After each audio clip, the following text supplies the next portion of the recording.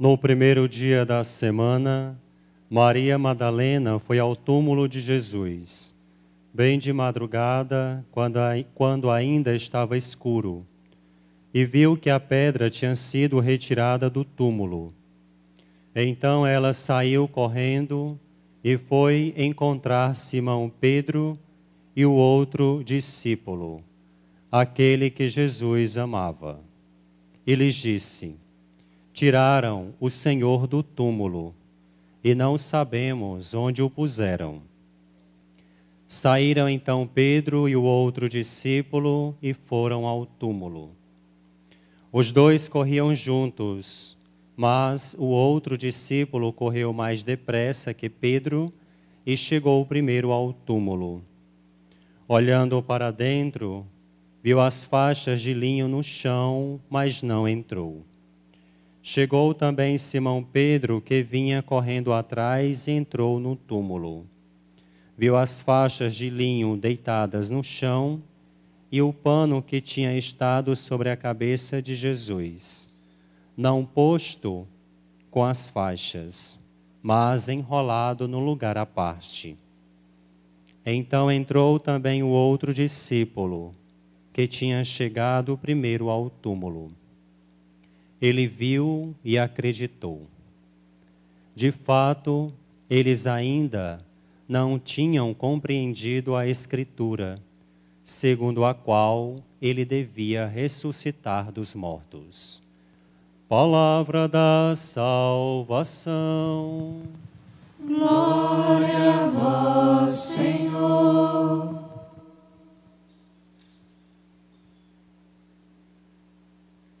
O Senhor ressuscitou, aleluia. Ressuscitou verdadeiramente, aleluia. Reverendíssimas Madres Superioras, a quem eu saúdo carinhosamente todos os irmãos e irmãs na vida consagrada e religiosa, aos nossos queridos irmãos e irmãs, povo de Deus, de um modo geral, que nos acompanha pelas mídias sociais deste Instituto. Este é o dia que o Senhor fez para nós. Alegremo-nos e nele exultemos. Este é o dia sonhado por Adão e Eva, quando foram expulsos do paraíso, e que desejaram ardentemente voltar ao Senhor. Mas não voltaram simplesmente para um paraíso terrestre. Voltaram para um trono de querubins, preparado pelo próprio Senhor. Este foi o dia sonhado, desejado e almejado por Noé, quando construiu a sua arca, desejando ardentemente o livramento do Senhor, desejando a salvação das águas turbulentas que afogaram os ímpios. Este foi o dia desejado por Abraão, quando saiu da sua terra, de Ur da Caldeia, na Mesopotâmia, hoje Iraque, rumo a uma terra desconhecida, que o Senhor lhe preparara, que o Senhor lhe indicara, mas ainda não mostrara onde era esta terra. Este foi o dia sonhado, desejado e almejado por Isaac, que quase foi imolado, como prelúdio do verdadeiro imolado, que imolado já não morre mais. Este foi um dia sonhado e desejado por Jacó, que teve um sonho do céu ligando-se à terra, que sonhou com uma escada, do dia em que o Senhor descia para nos visitar. Este é o dia que o Senhor preparou para todos nós. Dia sonhado por Moisés, que com muita coragem desafiou o faraó e atravessou o mar da morte para libertar o povo de Deus. E sonhava pelo dia em que o Senhor libertaria o seu povo definitivamente não apenas de uma morte e de uma escravidão passageira do faraó, mas este dia que hoje nós celebramos foi sonhado e almejado por aquele povo cansado e fatigado. Este foi o dia sonhado por Elias, que desafiou Jezabel e Acabe, e apontou o dedo na cara de Jezabel, desafiando-a contra os seus ídolos e os seus 450 sacerdotes, quando invocou do céu o fogo para devorar as oferendas, como prelúdio do verdadeiro fogo que desceria do céu para queimar os nossos corações, invadir a nossa alma e nos purificar dos ídolos, dos pecados que habitam em nós. Este foi o dia sonhado por Davi, que cantou inúmeros salmos como uma preparação, como uma prévia para aquele que seria o verdadeiro hino de louvor na cruz, para aquele que seria a verdadeira oferenda, e que se utilizou dos salmos para louvar ao Pai. E no último momento da sua vida, ainda salmodiou: meu Deus, por que me abandonastes? Este é um dia que Salomão sonhou, porque quando construíra o seu templo, ele ensaiou no meio de nós aquele que viria, aquele que seria o verdadeiro templo do Deus vivo.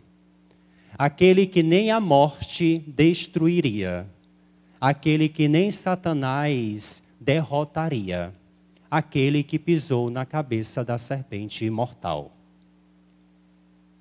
Este foi um dia sonhado pelos profetas, por todos eles, absolutamente todos os profetas sonharam por este dia, dia que o Senhor fez para nós. Por isso é motivo de alegria.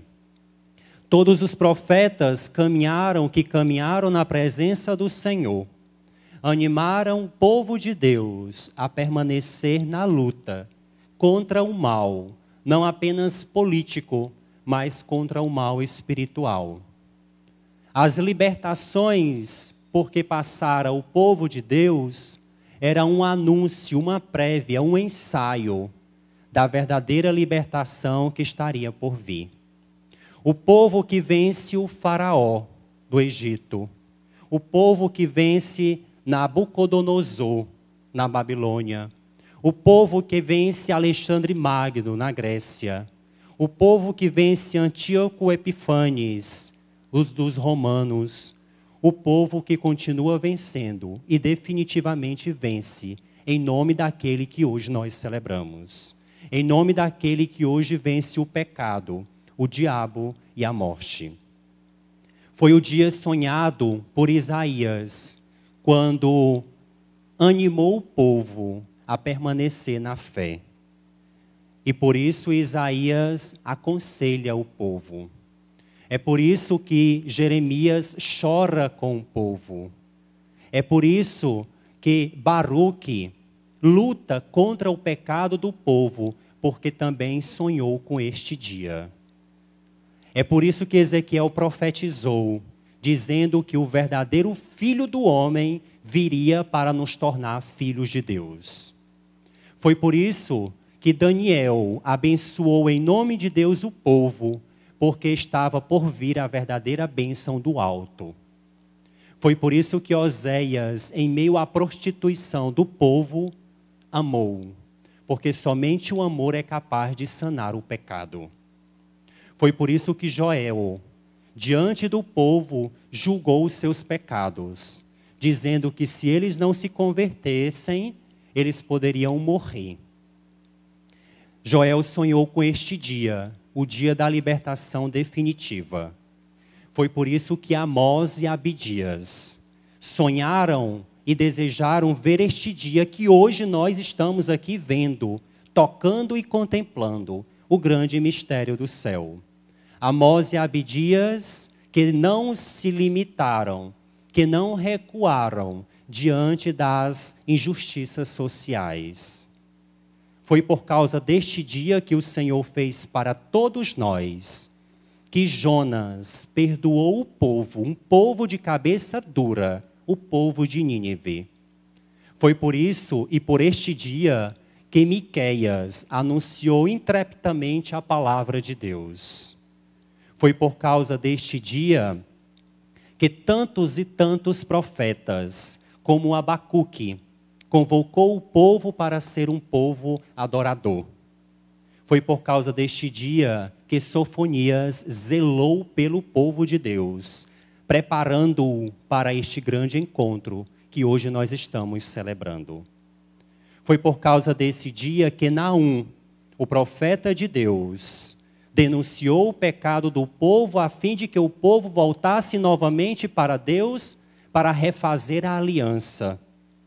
Foi por causa deste dia que Zacarias e Malaquias anunciaram o sol da justiça, o sol que estava por vir, o sol que não conheceria ocaso, o sol que não iria se pôr jamais, porque iria brilhar no meio dos homens.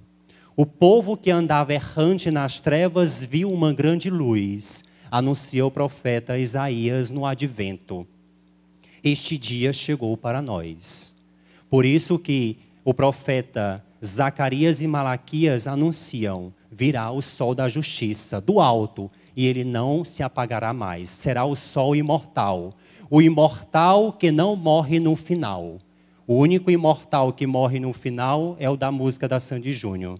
Mas este imortal não morre mais no final. Vive eternamente. Vive para sempre. Foi por causa deste dia que Maria não se retraiu e deu seu sim radical, assumindo também todas as consequências para ver este dia. Foi por causa deste dia que José viveu uma grande aventura de amor com Deus, assumindo para si o Filho unigênito. Foi por causa desse dia que João Batista deu a sua própria cabeça. Foi por causa desse dia que Pedro, André e Filipe foram crucificados. Foi por causa desse dia que Tiago e Bartolomeu se permitiram ser degolados. Foi por causa desse dia que João foi exilado na ilha de Pátimos. Foi por causa deste dia que todos os amigos de Deus deram a sua vida. Mateus, que foi apunhalado com uma espada que partiu seu coração. Tomé, que foi totalmente dilacerado, foi flechado. Foi por causa desse dia que Simão e Tadeu, os apóstolos do Senhor, foram martelados. Foi por causa deste dia que tantos e tantos profetas e apóstolos, como Tiago e como Estevão, se permitiram apedrejar. Foi por causa desse dia que João Marcos, o evangelista, foi arrastado pelas ruas de Alexandria até ser totalmente rasgado ao meio. Foi por causa desse dia que São Lucas foi enforcado e que Paulo, o grande arauto do evangelho, se permitiu ser degolado ao fio da espada, porque ele soube e sabia em quem estava acreditando. Eu sei em quem eu pus toda a minha confiança e toda a minha fé, disse Paulo. Porque todos eles, absolutamente todos eles, esperaram ansiosamente este dia que hoje Deus fez para todos nós. Por isso é motivo de alegria, por isso é motivo de júbilo, por isso é motivo de festa. É motivo de exultar e exaltar o Senhor com todas as nossas forças, pois nos foi devolvido a graça do céu. Os céus foram rasgados. Cristo, com a cruz, rasgou os céus para nós e infundiu em nós o seu mesmo espírito de imortalidade. Nós não vivemos e caminhamos para o sepulcro. Até para a morte, Cristo deu um jeito. Na vida, tudo tem jeito, diz o povo. menos para a morte. Mentira.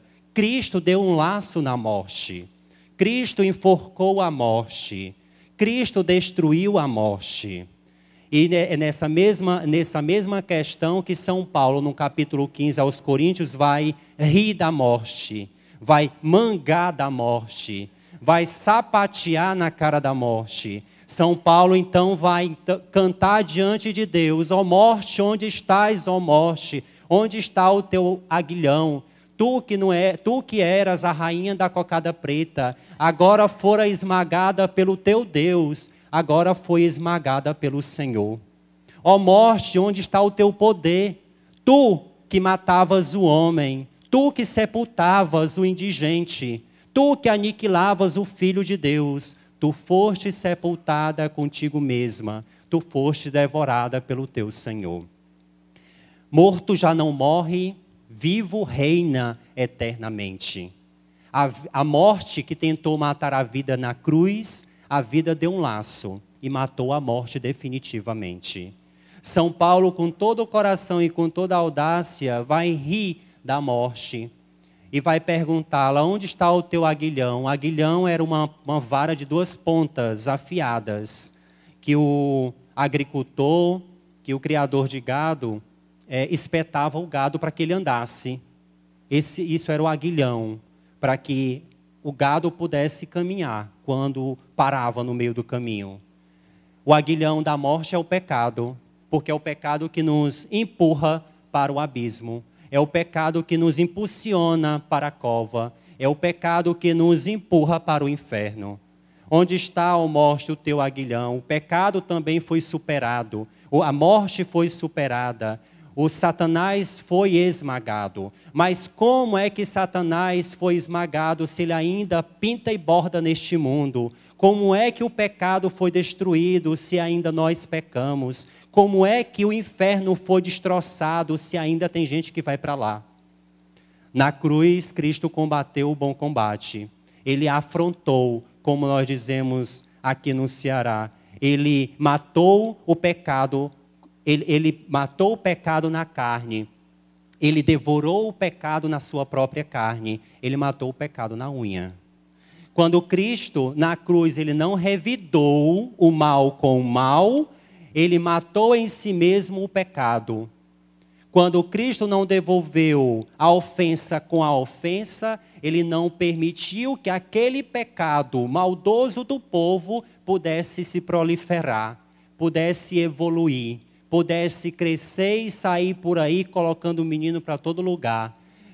Cristo matou o pecado na sua carne quando não revidou o mal com o mal. Mas por quê? Como ele conseguiu fazer isso? Porque o Espírito do Pai estava nele. E o mesmo Espírito do Pai que estava no Filho unigênito, que o fez combater o bom combate e o fez afrontar o pecado, a fim de que o pecado não o devorasse, é o mesmo Espírito que está em nós. É o mesmo Espírito que habita agora em nós pelo batismo.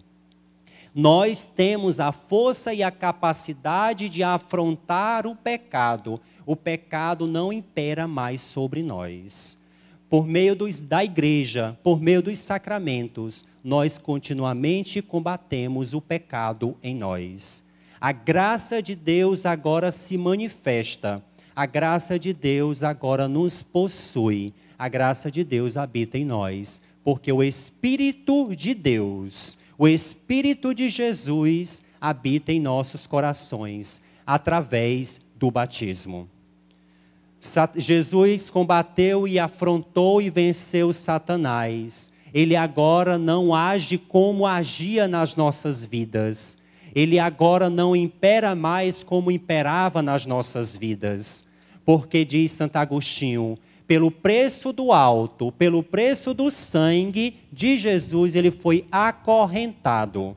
Satanás agora não pinta e borda. Satanás agora não age no mundo livremente. Ele age na vida de todo aquele que o permite agir. Porque ele agora está amarrado com o sangue de Jesus. Diz Santo Agostinho, ele só vai devorar, morder e destruir quem se aproximar dele. Porque ele é como que um cão valente. um cachorro feroz. Está amarrado no pé da mangueira e ele só vai morder quem se aproximar dele.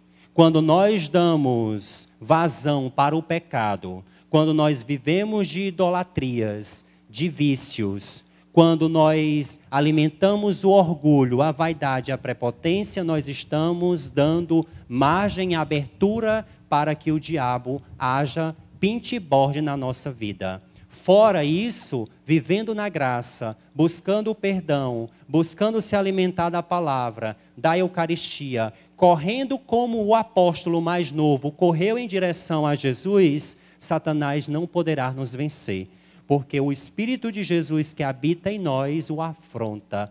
O Espírito de Jesus que habita em nós o vence. O Espírito de Jesus que habita em nós o esmaga. É nessa mesma dimensão que Jesus vence o seu inimigo eterno e nos dá a capacidade também de vencê-lo. Jesus venceu a morte, porque o nosso destino agora não é apenas o inferno, porque pode ser, foi pela opção de muitos, mas para nós foi-nos aberto o paraíso, foi-nos aberto o céu. Agora não há apenas um caminho, há uma bifurcação. Não há apenas o caminho do inferno, como existia antes de Jesus para nós. Agora Cristo abriu para nós uma outra porta, uma outra vida, uma outra dimensão, uma outra existência. Ele abriu-nos a vida eterna, Ele nos deu a imortalidade, porque Ele nos deu o seu Espírito.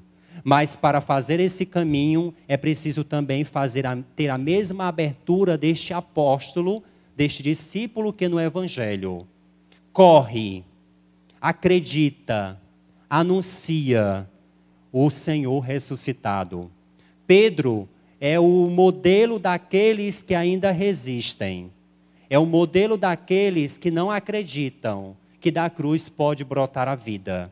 Pedro é o exemplo daqueles que ainda racionalizam a fé, daqueles que duvidam que o ressuscitado, que Jesus ressuscitou. Pedro é o exemplo daqueles que ainda se fecham ao mistério da cruz.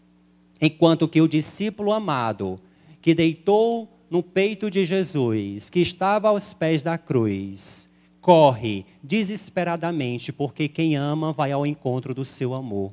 Quem ama não se limita, quem ama não se anula, não se acomoda, vai ao encontro do seu amor, para beber da fonte, para anunciar o seu amado. Este que na Sagrada Escritura não tem nome, somos todos nós, ou deve ser todos nós. É o modelo para todos nós. Quando na Sagrada Escritura a personagem não tem nome, a carapuça deve ser para nós. Nós é que devemos tomar o modelo para nós. Somos nós dentro do Evangelho. Este discípulo amado é, portanto, um modelo e deve ser um modelo de todos nós, que corre em direção do seu amado, que corre na direção do seu Senhor, para poder amá-lo verdadeiramente, para poder anunciar. E aqui Pedro ainda não está convencido de que aquele que foi pendurado na cruz está ressuscitado, ressuscitou.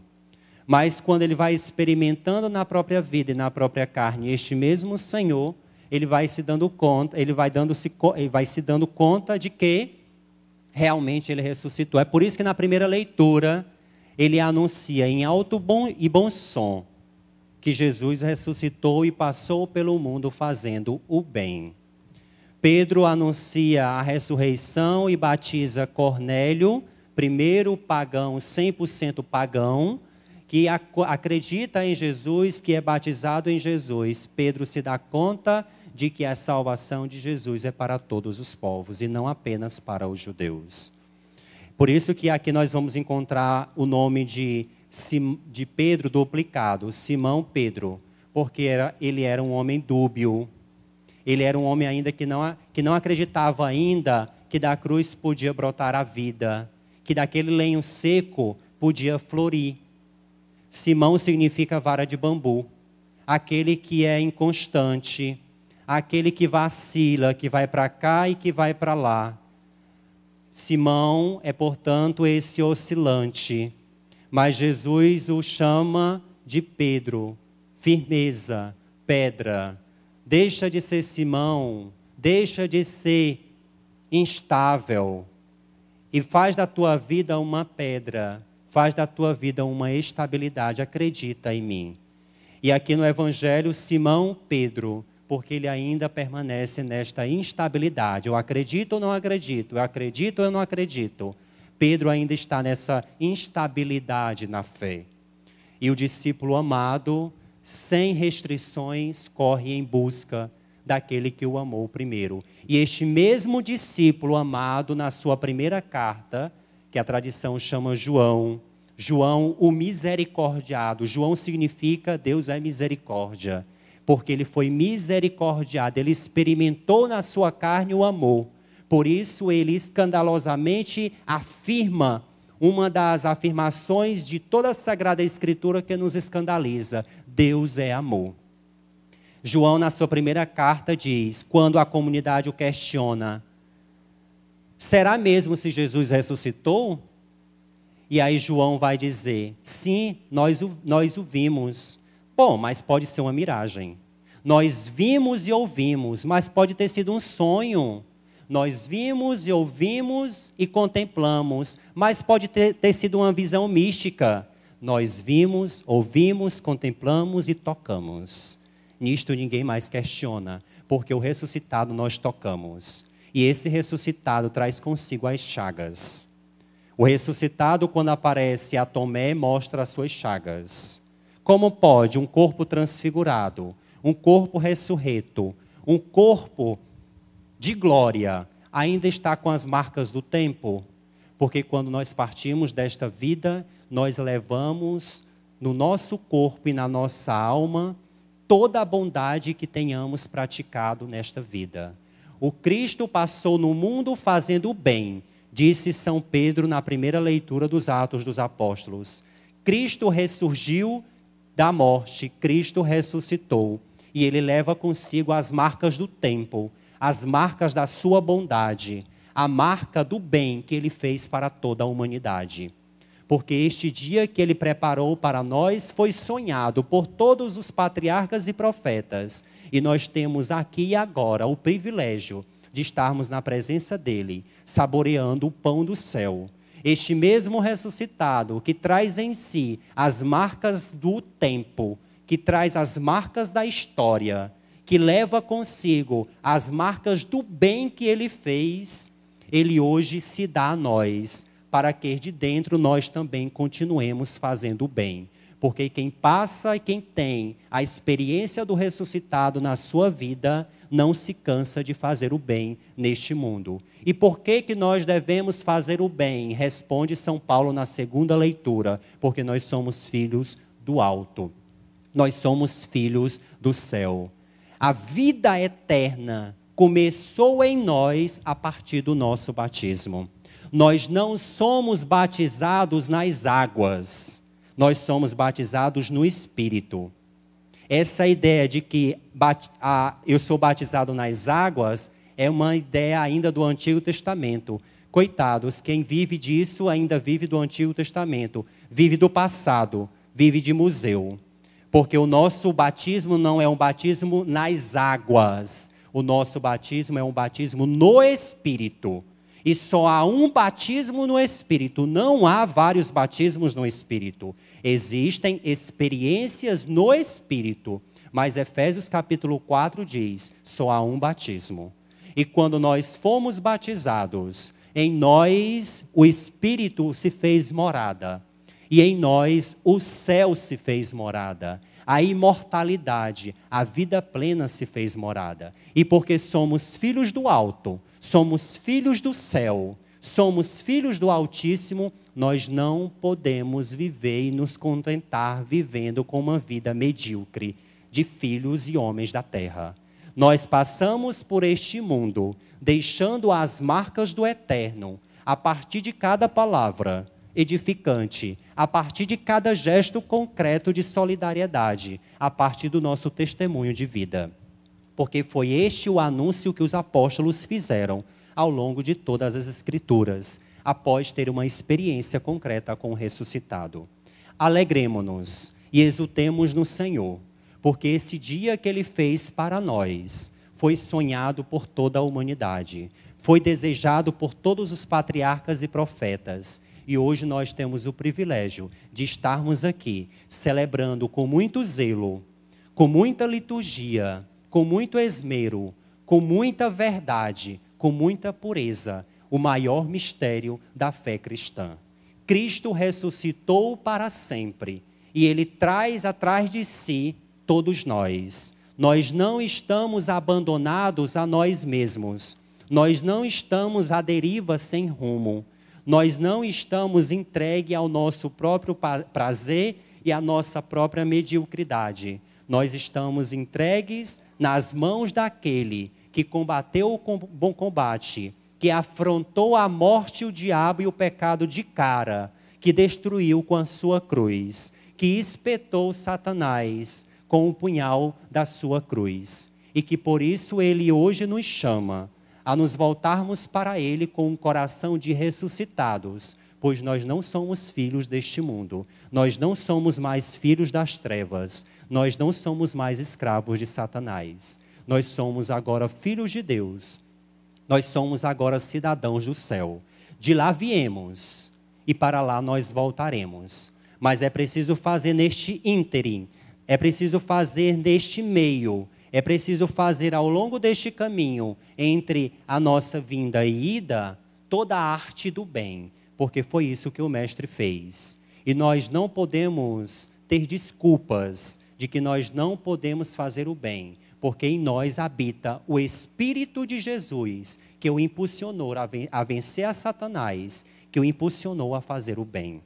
Este é o dia que todos nós devemos vibrar com muita alegria e celebrar com grande júbilo, porque toda a igreja se volta para este dia.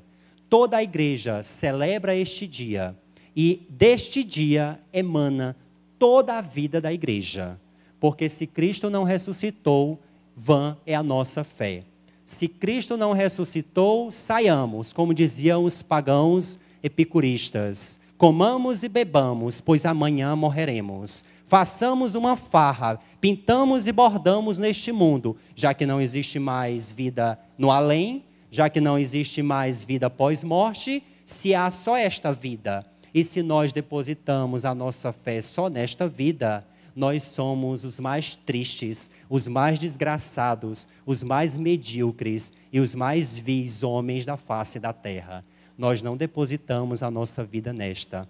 A nossa vida ela foi feita para além, porque Deus nos amou com todo o seu amor. Quem crucificou Jesus na cruz não foram seus inimigos. Quem crucificou Jesus na cruz foi o seu amor. Ele morreu por amor e com amor, por causa de mim e por causa de você. Com tão grande admiração, o salmista reza no Salmo 8. Que é o homem, Senhor, para que dele te lembres tanto assim? Que é o homem, Senhor, para que tu ames ele tanto assim? Que é o homem, Senhor? Quem somos nós para ser objeto de admiração e de amor de Deus? De ter se despojado da sua capa real dos altos dos céus e ter descido a nossa pobreza, a nossa miserabilidade, para nos resgatar de baixo, para nos fazer subir, para nos fazer seus, para nos fazer dignos, para nos fazer do alto. Homens e mulheres do alto. Não nos contentemos com esta vida, pois ela é passageira, nós somos transeuntes, nós somos peregrinos e nós vamos passar. Deixemos atrás de nós as marcas do ressuscitado, porque são estas marcas que nós levaremos para a eternidade. Louvado seja nosso Senhor Jesus Cristo. Sempre seja louvado e sua Mãe Maria Santíssima.